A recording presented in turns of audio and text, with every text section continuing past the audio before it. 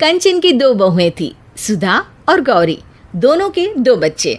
गौरी नौकरी करती, पैसे कमाती और लोगों को बातें सुनाती, तो वही सुधा अपने और गौरी के बच्चों को पढ़ाती, लिखाती, उनका ख्याल करती और घर का सारा काम भी करती।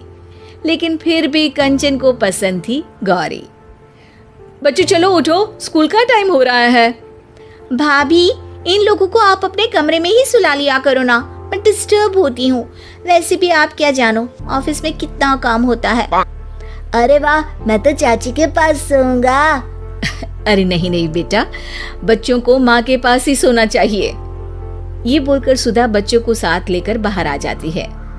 अरे सुधा, क्या रोज रोज गौरी के कमरे में चली जाती है? पता है ना वो नौकरी करती है, थक जाती है बेचारी। तो क्या माँ बच्चे स्कूल नहीं जाएंगे? वैसे भी सुबह की पढ़ाई दिमाग पर ज्यादा असर करती है, इसलिए मैं इन लोगों को सुबह जल्दी उठाकर दिन में सुला भी देती हूँ। अच्छा ठीक है, ज्यादा समझदारी ना दिखा। इतनी समझदार होती ना तो आज किसी दफ्तर में अफसर होती। है तो अफसर, मेरे घर की लक्ष्मी और अफसर सब मेरी सुधा बिटिया ही है। अरे चुप रहो जी, मती मारी गई थी। बोल रही थी कि दोनों बहुएं कमाओ आनी चाहिए, लेकिन आप तो माने ही नहीं। मती मारी गई थी आपकी। तभी सुधा सास को चाय का प्याला पकड़ाती है। अगर ये भी दफ्तर जाती ना तो कौन हमारी इस उम्र में सेवा करता, सोचा है कभी? सुधा का ज्यादा ध्यान बच्चों पर होता। देखो बेटा, रट्टा करके पढ़ाई नहीं होती, गणित समझने का विषय है, मैं बताती हूँ। अरे भाभी, ये लीजिए चेक, स्कूल की फीस आज जमा कर देना, मैसेज आया था। तभी सुधा का पति भी वहां आ जाता है। सुधा, आज रात को तैयार रहना, हम फिल्म देखने चलेंगे, रात का खाना भी बाहर खा लेंगे। नहीं जी, कल राजू की परीक्षा है, मैं नहीं जा सकती। अरे राजू की परीक्षा है तो गौरी है ना, पढ़ाए अपने बच्चों को, तुम्हारी भी तो अपनी जिंदगी है ना। अरे कैसे बोल रहे हैं आप? क्यों गौरी पढ़ाए? आपको तो पता है कि वो सिर्फ मेरे समझाने से ही समझता है। पति वहां से चला जाता है। धीरे धीरे बच्चे बड़े होते जाते हैं। एक दिन गौरी और गौरी का पति, भैया मैं और गौरी कुछ दिनों के लिए बाहर जा रहे हैं, घर में रह रहकर उब गए हैं। कुछ दिनों की छुट्टी है, सोचा मन बदल जाएगा। अरे तुम लोग तो रोज बाहर जाते हो, घूमते हो, कभी सुधा को भी लेकर जाओ, वो भी तो घर में रह रहकर उब गई होगी, थोड़ा चेंज मिल जाएगा उसे। कैसी बात कर रहे हैं पिताजी? ये जो घर चल रहा है वो हम लोगों के बाहर जाने से ही चल रहा है। और हाँ, हमने कभी मना नहीं किया कि भाभी बाहर ना जाए। अरे बाबूजी कहाँ, समय ही कहाँ है। बच्चे छोटे थे तब तो सोच भी सकती थी, अब तो बड़े हो गए हैं, जिम्मेदारियां भी बढ़ गई है, मैं नहीं जा सकती। अरे रहने दो सुधा, बच्चे छोटे थे तब भी तुम कहाँ निकलती थी।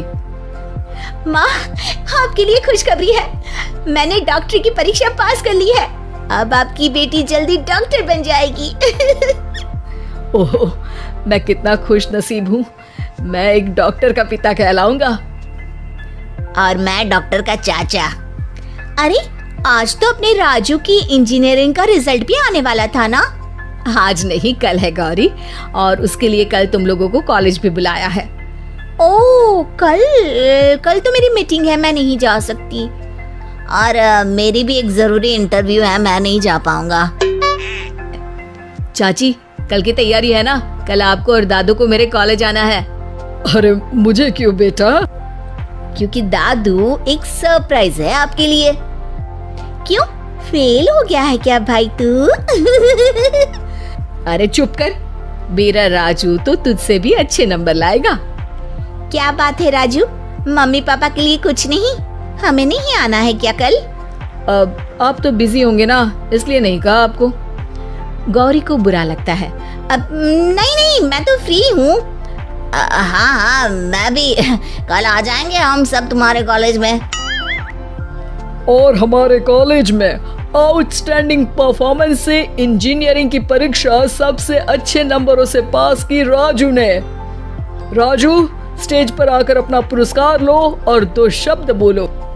मैं आज स्टेज पर बुलाना चाहूंगा उनको जिसके कारण मैं आज इस मकाम तक पहुंचा हूं। मैं आज जो कुछ भी हूं वो हूं मेरी सबसे प्यारी गौरी को लगता है कि उसका बेटा अब उसे स्टेज पर बुलाएगा।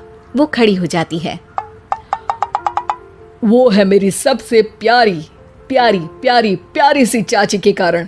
मैं चाहूंगा कि मेरा ये पुरस्कार मेरे चाची के हाथों से मुझे मिले। गौरी का मुंह उतर जाता है।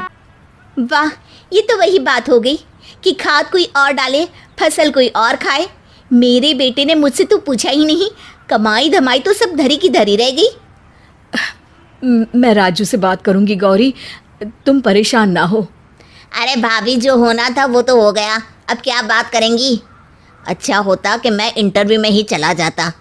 अरे बेटा, कमाई सिर्फ पैसों की ही नहीं बल्कि असली कमाई तो आपके संस्कारों की होती है, जो सुधा बहू ने कमाया। बच्चों के लिए दिया उसका त्याग और बलिदान, तो रंग तो आना ही था एक दिन।